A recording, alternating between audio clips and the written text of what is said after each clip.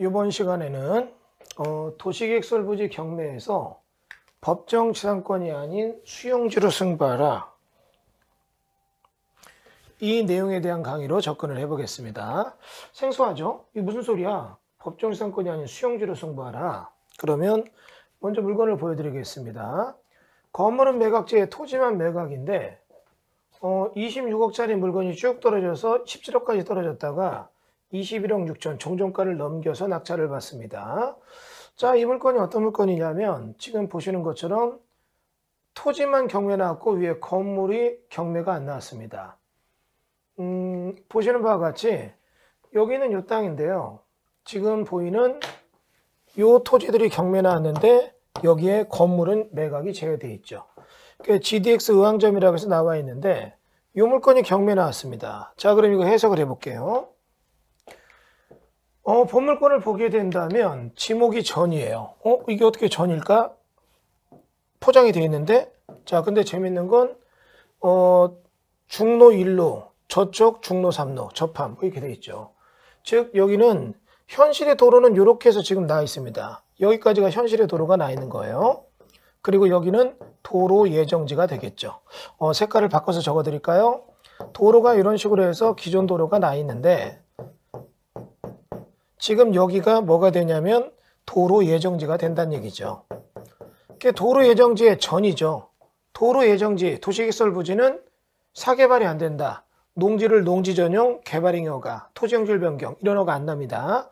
근데 그 위에 보니까 건물이 이렇게 하나 지어져 있다는 얘기죠. 그러면 이 물건에 대해서 토지만 경매 나왔고 건물은 매각지이니까 이 물건에 대해서 법정지상권 논리로 적용해서 토지를 낙찰받고 건물을 철거하거나 내가 싸게 가져간다는 논리로 접근하는 것이 맞는가 틀리는가, 요거를 보는 시간이에요. 여러분 지금 1교시에 도시계획설부지 경매 물건에 대한 거를 공법적 개념과 수용과 경매, 이게 3박자 맞는 거에 대한 어떤 간극싸움을 계속 보고 있는 겁니다. 첫 시간에 한 게 뭡니까? 도시계획설부지가 장기 미집행 해제되면 이게 일반 부지로 바뀌면서 가치가 높아진다. 경매 물건에 이런 거 잡으라는 얘기였고, 두 번째 내용이 뭐였습니까? 지목이 대인 토지가 경매 나왔는데 이게 도시계획설부지 10년 미집행이 되면 매수 청구할 때 주의할 점이 무엇인가? 이 사례를 보여드린 거예요. 세 번째는 여러분 단계별 집행계획에 대한 얘기죠. 자, 그러면 요거는 제가 이렇게 해볼게요. 중개사 공부할 때 아주 열창 계속 열심히 참여하면서 배웠습니다. 열참 열심히 참여한다, 이 개념을 제가 만든 건데, 열공하세요, 열심히 공부한다, 좋습니다. 경매는 열심히 참여하세요, 열참 이런 얘기죠. 열참하세요, 열참. 자, 보시면 지금 현재 이렇게 얘기를 해보겠습니다. 지금 보는 것처럼 도시계획설 부지가 이렇게 있으면 이런 도시계획설 부지에 이렇게 지금 내 땅이 있습니다. 그러면 이 토지가 지금 내 땅이 되어 있어서 나는 이게 뭐든 할 수 있다. 일반 도로 부지 옆에 있는 땅이었는데 요번에 도시계획설이 확장되면서 내 땅이 도시계획설 부지로 들어온 거예요. 그러면 내 토지는 도시계획설 부지로 들어왔다면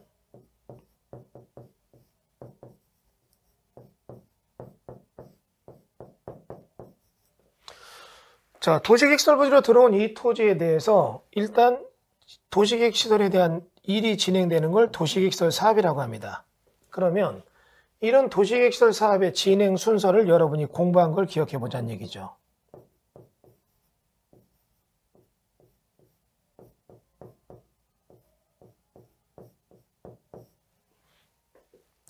도시계획설 사업의 순서를 보게 된다면 제일 먼저 뭐가 있느냐? 자, 우리 보는 것처럼 단계별 집행계획이 있습니다.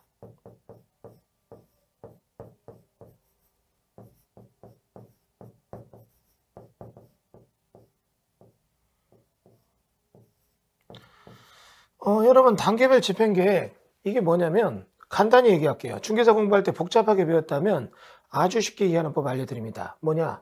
돈 때문에 순번정하게 하는 거예요.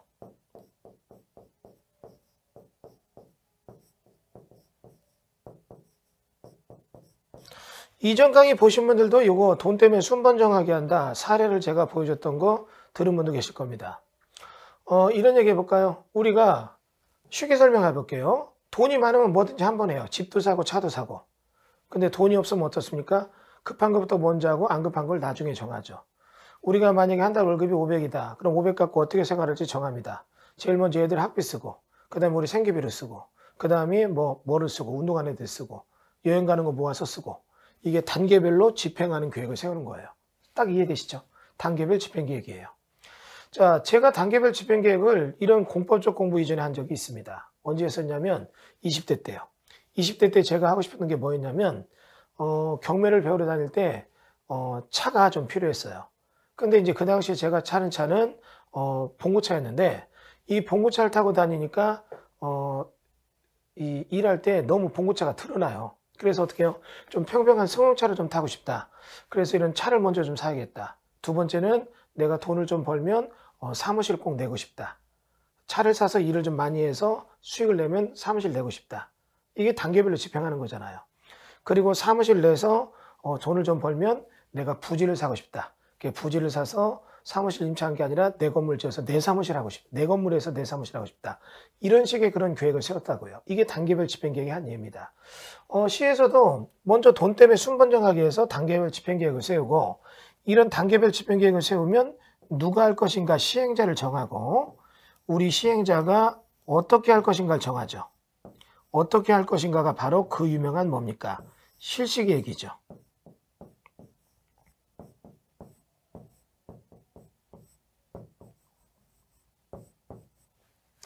여러분 이렇게 해서 단계별 집행계획을 세우고 누가 할 건가를 정하고 어떻게 할 건가 실시계획을 정하면 이러한 실시계획에 따라서 사업이 진행되는 얘기들이 어떻게 해요? 쭉 무난히 가겠죠. 그런데 여러분 여기서 실시계획을 세우게 되면 이거는 뭐다? 어떻게 이제 도로를 포장은 어떻게 하고 가로등은 어떻게 세우고 보상금 지급 시기는 언제로 정하고 그 다음에 여기에 대해서 일단 사업 시행 기간은 언제까지 끝낸다. 이게 정해져요. 그러면 이러한 단계별 집행계획이 세워지고 실시계획이 세워지고 이런 내용을 정할 때 돈 때문에 순번정하기 계획을 세워서 1단계 계획이 정해지고 2단계 계획이 정해져요. 아마 여러분 중개사 공부할 때 이건 다 배웠을 겁니다. 그런데 도시계획시설 사업에 대해서 이렇게 진행될 때 해당 부지에 대해서 우리의 공법, 국계법은 이걸 정하고 있죠. 도시계획시설 사업에 대해서 2년 내 해당 부지에 단계별 집행계획이 수립되지 않거나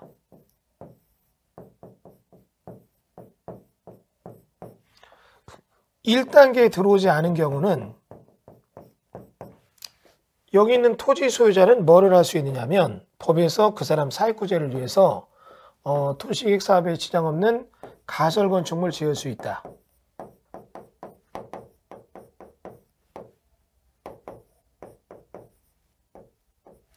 그리고 이런 가설건축물을 지을 수 있고 공작물 설치나 기존 건축물에 대한 개축이나 재축이 된다. 이 얘기를 여러분이 배우셨을 겁니다. 자, 그러면 이렇게 해서 가설건축물을 지을 수 있다. 이 얘기가 나오게 되는데 이런 가설건축물을 지을 때 여러분이 기억할 게 있습니다. 이런 가설건축물을 짓게 될 때 요거는 나중에 사업이 진행되게 된다. 집행이 되게 된다면 집행 예정일 3월 전까지 자기 비용으로 철거를 해야 됩니다.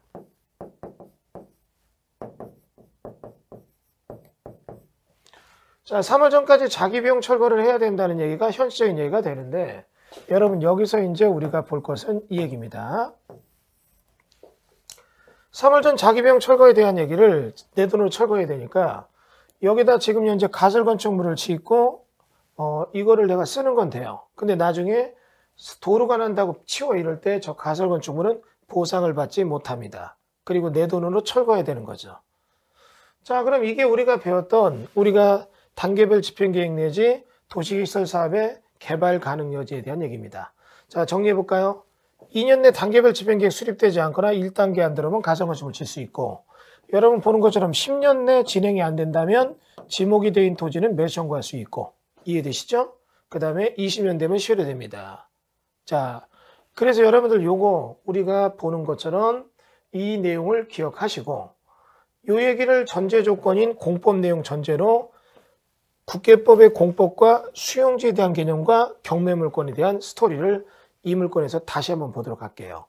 이 물건을 지금 보시면 토지만 매각되고 건물은 매각제잖아요. 그러면 이 얘기합니다. 지금 여기 보시는 것처럼 이 토지를 내가 경매로 낙찰을 받으면 이게 낙찰받게 됐다면 건물에 대해서는 어떻게 해요? 법정지상권에 대한 얘기로 접근이 되죠. 그래서 어떻게 됩니까?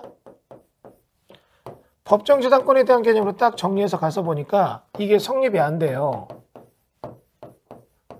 그러면 여러분이 낙찰받은 토지주 A라면 A는 건물주 B를 갖다가 어떻게 해요? 너 이거 치워. 그래서 어떻게 해요? 법정지상권 성립 안 되니까 치우라고 해서 철거를 강요하고, 철거를 강요하게 되면 저 사람은 저걸 치워야 돼요. 그러면 치우기가 너무 아깝다 이러면 건물을 매입합니다. 날로 먹는다는 얘기죠? 건물 매입할 때 어차피 부실 거, 철거비 들어갈 거 나한테 이 돈 주고 사. 이런 식으로 달래면 이득이 되고, 또 일부는 이거에 대해서 지료를 가지고 어떻게 해요? 청구해서 지료를 못 내면 건물을 경매에 넣게 되면 건물 경매 시에 건물에 대한 낙찰 받을 수 있는 사람은 나밖에 없습니다. 딴 사람은 들어오면 철거되니까. 이런 식으로 딱 해서 이득을 내겠다는 게 현재의 그런 법리 관계가 되는 거예요. 자, 이 물건을 지금 우리 보는 것처럼 법정지상권에 대한 개념, 이렇게 민법적 개념으로 간다면 답이 보이죠. 법정지상권이 성립되지 않는다. 그러면 지루청구와 철거소송해서 건물을 전국적으로 싸게 가져온다면 굉장히 해피한 논리가 됩니다.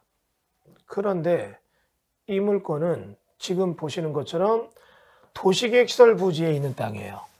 그리고 이 물건에 대해서 등기를 떼어보면 건물 등기가 없어요. 그리고 건물 등기가 없으니까 이거 무허가 건물이다 이렇게 보일 수 있다고요. 근데 무허가 건물이 아닙니다. 이건.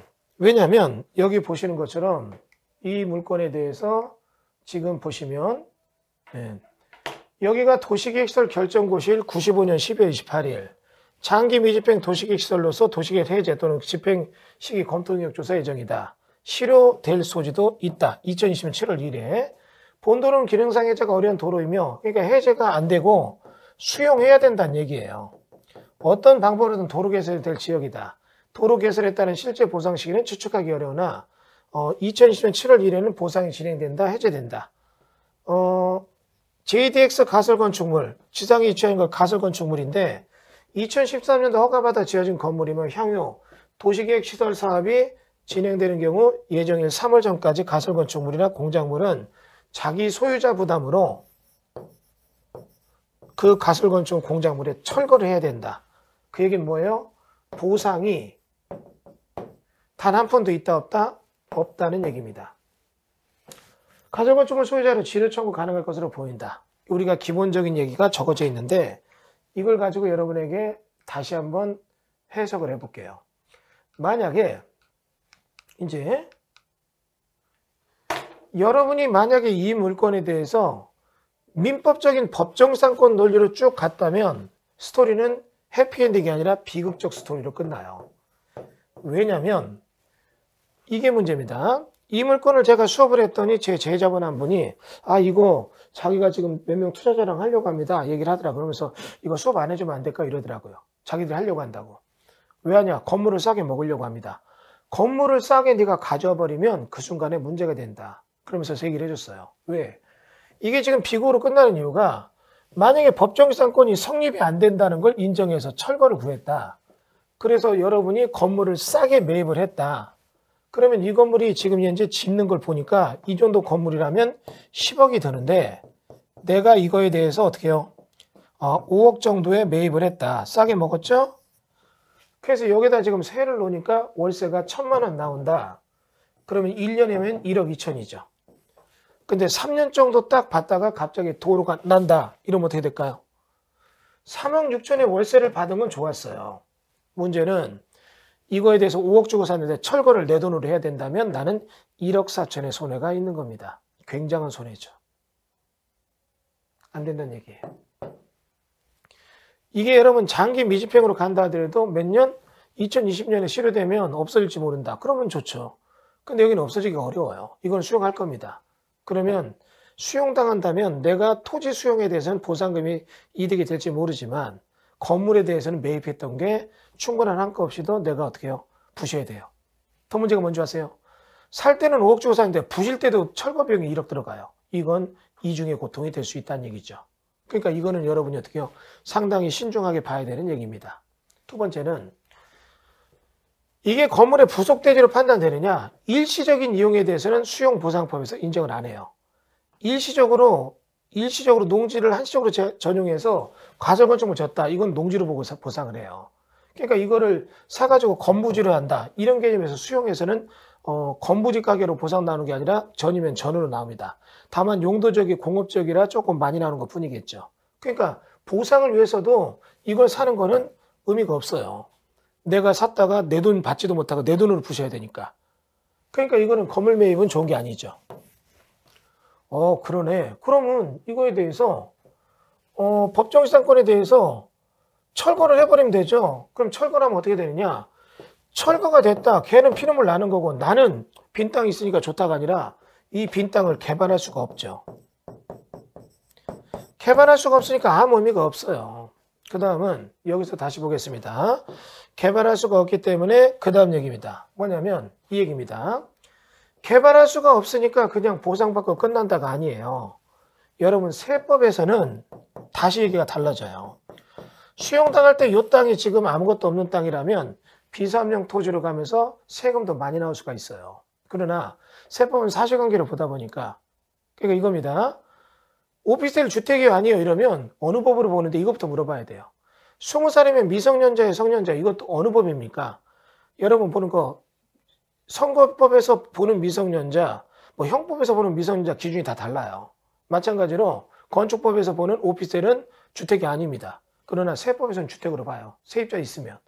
마찬가지로 여기에 그럼 건부지면 이거는 건부지니까 비사업용이 아니죠. 세금을 어떻게 해요? 정상적으로 내면 되는데 내가 얘를 철거시켜버리는 순간 나는 나대지예요. 나대지 갖고 있다 보상받으면 이건 비사업용 토지가 되면서 보상에 대해서 세금도 많이 나올 수가 있다는 것은 불리한 점이 됩니다. 이런 거 저런 걸 따져보게 될 때 여러분 이런 것들은 법정상권으로 갈 때는 하나도 안 맞는 얘기예요. 그쪽으로 여러분이 접근해서 수익 모델을 생각한 것 자체는 굉장히 위험한 사고였다는 얘기입니다. 그러니까 도시계획설 부지가 단계별 집행계획이 수립되지 않았을 때 가설건축물을 지었다면 가설건축물을 짓게 되면 요거는 여러분 머릿속에 뭐를 기억하셔야 되냐면 이겁니다. 가설건축물은 중요한 얘기를 여기서 적어볼게요. 뭐냐면 이 얘기입니다. 아주 중요한 얘기예요. 가설건축물을 이렇게 해서 딱 짓게 된다면 우리 지금 보는 것처럼 요거는 경매가 나올 수가 없어요. 등기가 없으니까. 그러니까 도시계획설 부지다. 그러면서 위에 무허가 건물이 있는 것 같다. 이걸 무허가 건물로 속단하지 말고 가설건축물 아닌가 물어봐야 돼요. 지자체 특광시군에. 그러면 시군구에서는 이건 가설건축물 대장에 올라 있습니다. 이러면 요거는 무허가 건물은 아니에요. 한시적으로 내가 쓰겠다. 시한부 건물이에요. 그게 가설건축물이에요. 모르는 분 이러더라고요. 조립식 샌드위치 판넬을 지은 건물들이 가설건축물 아닙니까? 아니고 그거는 건축 어떤 구조 자체로 따지는 거고요. 조립식 샌드위치 판넬 구조. 가설건축물은 일단 지어 쓰다가 시간이 되면 미련 없이 부시기로 약속된 게 가설건축물이에요. 그럼 이런 가설건축물을 지어가지고 쓰는 것들이 토지만 경매 나오지 위에 건물은 경매가 안 나옵니다. 그럼 이거는 법치권의 논리로 가면 안 돼요. 요 가설건축물이 허가대상 가설건축물이라고 하는 것들은 무조건 도시계획설 부지로 가는 겁니다. 도시계획설 부지에 있는 거예요. 신고 대상은 일반 부지에도 있죠. 아파트 모델하우스 이런 것들은 빈 땅에다 지으면 되는 거니까. 근데 허가대상 가설건축물은 도시계획설 부지에 있는 겁니다. 그러면 이런 도시계획설 부지에 허가대상 가설건축물이 있다면 이런 허가대상 가설건축물에 대해서는 여러분이 저랑 같이 따져볼 건 다른 각도에서 따져보셔야 돼요. 뭐냐면 이런 얘기입니다. 이거는 법치권으로 가서 땅을 받고 건물 흔들어서 철거하거나 받는다 이런 게 아니라 수용논리로 가야 돼요. 그럼 수용논리로 간다면 어떤 얘기가 나오느냐? 자, 지금 보시는 것처럼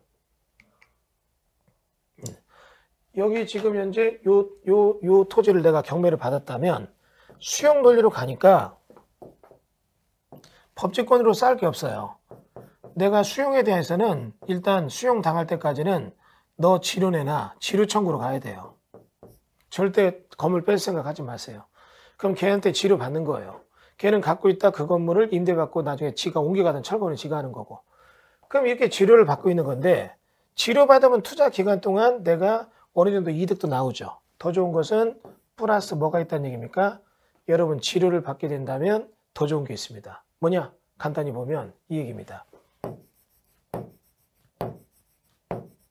자, 치료받는다. 오케이. 그리고 그 뒤로 뭐가 있다는 얘기입니까? 나중에 보상 시에 비사업용이 아니라 뭘로 간다? 사업용 토지로 간다는 얘기죠. 세금이 줄어요. 근데 또 이 얘기하는 분이 있습니다. 교수님 그러면 걔 거 치우고 내가 지면 되잖아요. 그럼 내가 지면 내가 나한테 치료 못 받고 철거할 때 내 돈으로 내가 철거하는 거니까 그러면 안 되죠. 그냥 걔가 걔들이 있게 달라야 돼요. 오히려 법치권에서 걔가 나 옮겨갈래 이러면 어떻게 해요? 이쪽에서 꼬리 내리고 달래야 됩니다. 아는 사람은 달래요. 이 땅에 대해서 이게 다만 변수가 있죠. 보상이 농런으로 오래 갈 것 같다. 보상이 지연된다. 그러면 이런 경우에 치료를 오래 받을 수 있으니까 장점이죠. 굳이 내가 질 필요가 없다고요. 월세를 여기다 지어놨더니 엄청나게 수익이 좋다. 이런 몰라도 그런 게 아니거든요. 또 하나는 중요한 게 이 얘기입니다. 여러분 지금 이거에 대해서 사업용으로 보게 되면 내가 그만큼 여러 가지 이득도 볼 수 있잖아요. 그죠? 예. 세금을 줄이는 것도 있고요. 그 다음은 여러분 이것도 생각해 봐야 돼요. 뭐냐면 여기에 대해서 이거에 대해서 여러분이 중요한 점은 이겁니다. 얘를 만약에 내보내게 됐다. 그러면 얘는 건물을 지금 철거당하는 것보다 이제 지가 옮겨서 반짝 옮겨서 딴 데로 가게 되면 내가 이 빈 땅에 대해서 수용당할 때까지 보상이 지연당하면 그냥 금전 비용만 나가고 어느 수익도 아무것도 없다는 건 본인에게도 고통스럽고 이득이 되지 않습니다. 그러므로 도시객설 부지에 대해서는 이렇게 가설 건축물이 있을 때는 법정 지상권 논리로 가지 않고 뭘로 가야 된다는 얘기예요? 수용 보상에 대해서 접근을 해야 돼요. 보상받을 때 세금에 대한 관계 따져보고 국계법에 대한 얘기를 따져보니까 요거는 뭐가 어떤 조건이 있다 이런 맞춰볼 때 이걸 맞춰볼 때 절대 법치권으로 가서 건물을 내가 그냥 싸게 빼낸다. 이게 결국은 과유불급, 소탐대실이 될 수 있습니다. 절대 그렇게 접근하면 안 되죠. 그래서 여러분들 여기 지금 보시는 것처럼 이런 내용이 우리가 지금 보는 얘기들입니다. 그래서 여기 가설 건축물이 나오는 건물이 토지가 경매 나올 때 이 논리에 대해서 여러분이 어떻게 해요? 단순한 논리가 아니라 지금처럼 조금 공법적 개념을 좀 따져봐야 돼요. 자, 그래서 여러분 지금 우리가 이렇게 얘기를 해볼게요. 이 얘기를 지금 배운 겁니다. 뭐냐면 도시객설 부지가 있다면 이런 도시객설 부지에 대해서는 우리가 알고 있는 국토이계획 및 이용에 관한 법률인 국계법과 그 다음에 수용, 공익사업을 위한 수용에 대한 보상 논리와 지금 우리가 보는 경매가 삼박자를 이루어보면 전혀 새로운 논리를 가져온다는 얘기죠. 오히려 이게 좋아요. 도시객설 부지가 이렇게 있는데 여기에 보니까 건물이 가설 건축물이 지어졌어요. 그럼 가설 건축물이 지어져 있는데 이 사람들 일부가 어떻게 생각하느냐? 법치권으로 생각을 해요. 법정지상권으로 접근을 하는데 법치권이 성립이 되는 게 있고 안 되는 게 있죠.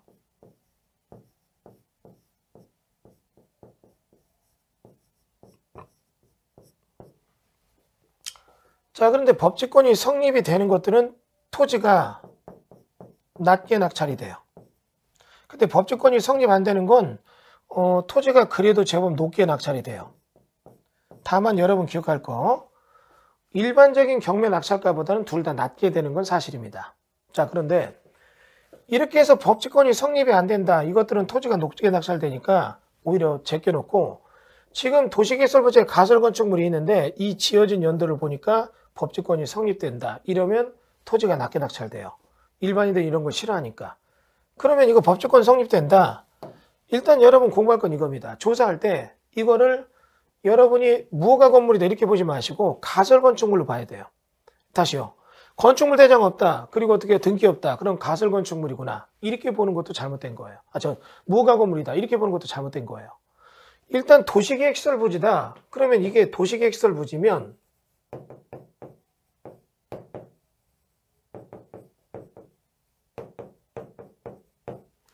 도시계획시설 부지다. 그러면 여기는 도로 부지구나, 도로 예정지구나, 건물이 있구나. 그럼 꼭 가설건축물 아닌가? 이것부터 확인해 봐야 돼요. 가설건축물이 딱 나오면 남들은 법지권으로 접근할 때 여러분은 가설건축물로 접근해서 토지를 법정지권 성립되지만 낮게 받아요. 낮게 받아서 받은 다음에 여러분은 토지가 수용당할 때 보상을 받으면 보상가가 높게 나오게 되니까 이득을 보는 거예요. 그런데 여러분 여기서 이제 생각할 건 이겁니다. 도시계획시설 부지가 있다면 이런 도시계획시설 부지에 대해서 수용당할 때 보상을 높게 받으면 이득을 본다. 좋습니다. 그런데 플러스 팁이 뭐냐? 나는 지료도 받는다. 이게 굉장히 유리한 점이잖아요. 법지권의 철거도 아니고. 그리고 건부지로 되어 있으니까 땅만 받아놓고 요거에 대해서 어떻게 해요? 비사업용에 대한 세금 부담에 대한 거를 뭘로 바꾼다? 사업용으로 바꾼다. 이것도 굉장한 장점이 되죠. 자, 해석을 다시 해보겠습니다. 토지만 나오고 위에 건물이 있는데 건물이 미등기 무허가 건물이라도 법지권은 성립된다. 이 개념 다 알아요. 법지권 특수물권 하는 사람들은. 그러니까 그들의 시각으로 보면 법지권이 성립되는 걸로 조사됐어요. 저거 언제 졌는가 봤더니. 그러면 저 사람들은 어떻게 해요? 아, 이거 법지권 성립되네? 그럼 땅을 좀 낮게, 더 낮게 기다리는데 여러분이 조금 높게 써서 가져오라고요. 어차피 그건 법지권으로 가면 안 되는 거니까. 그 해석을 뭘로 가야 된다고요? 국계법 수용 보상 쪽으로 해석을 해야 되니까. 그렇게 된다면 이런 경우에 법정지상권 성립이 지금 토지가 낮게 된다. 그래서 수용 보상 쪽으로 해보면 이득이 된다. 절대로 한번 첫 단추 잘못 끼고 마지막 단추도 잘못 끼는 우를 범하지 마세요. 이게 무슨 얘기냐? 여러분 옷을 입을 때 와이셔츠를 입습니다. 첫 단추를 잘못 꼈다면 마지막 단추도 잘못 껴줘야 돼요. 첫 단추를 잘못 꼈는데 마지막 단추가 제대로 껴진 건 더 이상한 거예요. 그거는 진짜 더 잘못된 거예요. 이거를 여러분들 많은 분들이 저한테 얘기합니다. 교수님 이거 토지였는데 이거 받으려고 합니다. 건물은 이렇게 됩니다. 알고 보니까 건물이 가설건축물이에요. 그러면 가설건축물이라면 이제 이걸 받아서 내가 건물을 싸게 사서 좋아해요. 야 이거 지금 지려면 남들이 내가 4억은 든다더라. 내가 이걸 어떻게 2억에 샀다. 좋아하죠. 월세 좀 받고 있는데 1년 만에 도로 난다. 그러면서 치워라. 이러면 어떻게 해요? 나는 건물 투자금을 못 뺏어요. 건물 보상해 주세요. 줄 줄 알았대요? 안 줍니다. 이런 부분 등이 뭡니까? 실질적으로 나오는 얘기들이에요. 도시계획시설 부지 안에 건물이 나왔다. 그러면 이게 지금 현재 가설건축물이 등장한다면 이 가설건축물에 대한 얘기를 조사하는 방법. 밑에가 도시계획시설 부지다. 지자체 물어보니까 이건 무허가 건물이 아니라 가설건축물 대장이 있다. 가설건축물 관리대장이 있거든요. 그러면 이때부터는 법정상권에 대한 모든 민법적 개념은 잊어버려라. 글로 가면 안 되고 뭘로 간다? 수용지에 대한 개념으로 승부를 해야 된다. 이게 오늘 강의의 포인트입니다. 자, 얘기가 그렇게 어렵진 않았을 겁니다. 근데 모르면 엉뚱한 대로 해석을 해요. 여러분 지금 우리 보는 것처럼 국토의 계획 및 이용에 관한 법률에 따른 도시계획시설 부지가 있다면 도시계획시설 부지 안에서 우리가 중개사 공부했던 얘기로 지목이 되어 있는 토지가 10년 미집행 매수 청구한다. 단계별 집행계획 없으면 가설건축물 진다. 이런 거 배웠잖아요. 20년 되면 실효된다. 그 얘기들이 직접적으로 딱딱 꽂혀서 나오는 물건들을 3시간 동안 저희가 본 거예요. 그리고 그 3시간 동안 사례를 보다 보니까 아 이게 국계법이랑 공법과 나중에 여러분이 중개사 공부할 때는 안 배웠지만 수용에 대한 거 지금 그 수용에 대한 테마를 보는 겁니다. 큰 테마를. 수용지에 대한 보상, 산정 뭐 이런 법칙은 곧 배울 건데 어쨌거나 수용이란 테마를 보는 거라 마지막 경매라는 게 딱 3박자가 맞추니까 블루오션이 등장하잖아요. 틈새 시장입니다. 여러분은 본 적도 없고 들은 적도 없었던 그런 물건들이 어떻게 해요? 우리가 지금 보는 이런 시장에서 상당히 많은 얘기들로 등장을 하게 되는 거죠. 중요한 얘기 하는 겁니다. 아주 많이 중요합니다. 굉장히 중요해요. 여러분 지금 제가 이 강의가 시작되는데 이 강의 뒤로 나오는 얘기들이 여러분이 배운 것도 있고 안 배운 것도 있어요. 근데 그런 내용들이 실무에서 공법과 수용시장과 그 다음에 어떻게 해요? 경매시장에서 융화돼 가지고 여러분이 어떻게 투자해서 수익을 내느냐 못 내느냐에 대한 틈새를 계속 만들어냅니다. 그러니까 이 강의 수용편에 대한 얘기를 큰 테마를 축으로 해서 국계법, 도시개발법 뭐 여러 가지 관련된 그 수용 관련된 법들이 있어요. 그런 공익사업법들의 개별적 요건을 놓고 경매에서 물건 낙찰받고 수익 모델을 내는 그런 내용들이 계속되니까 채널 고정하시고 이 수업을 끝까지 완주하시면, 다 들으시면 여러분이 지경이 넓어져요. 내가 할 수 있는, 수익을 낼 수 있는 그런 경매 투자 영역이 넓어집니다. 아마 이거 보시는 대부분이 주택 경매만 하고 있는데, 요거 딱 듣고 나니까 이거 좀 달리 보이는데 나 이런 쪽으로 하면 어떨까? 이 생각이 들어갈 거란 얘기죠. 자, 그래서 그런 얘기에 대해서 총론은 하지 않았습니다. 강론으로 들어가면서 세부적인 얘기를 하면서 약간씩 전체적 그림을 건드리고 있으니까 끝까지 여러분이 이 수업을 다 들어주세요.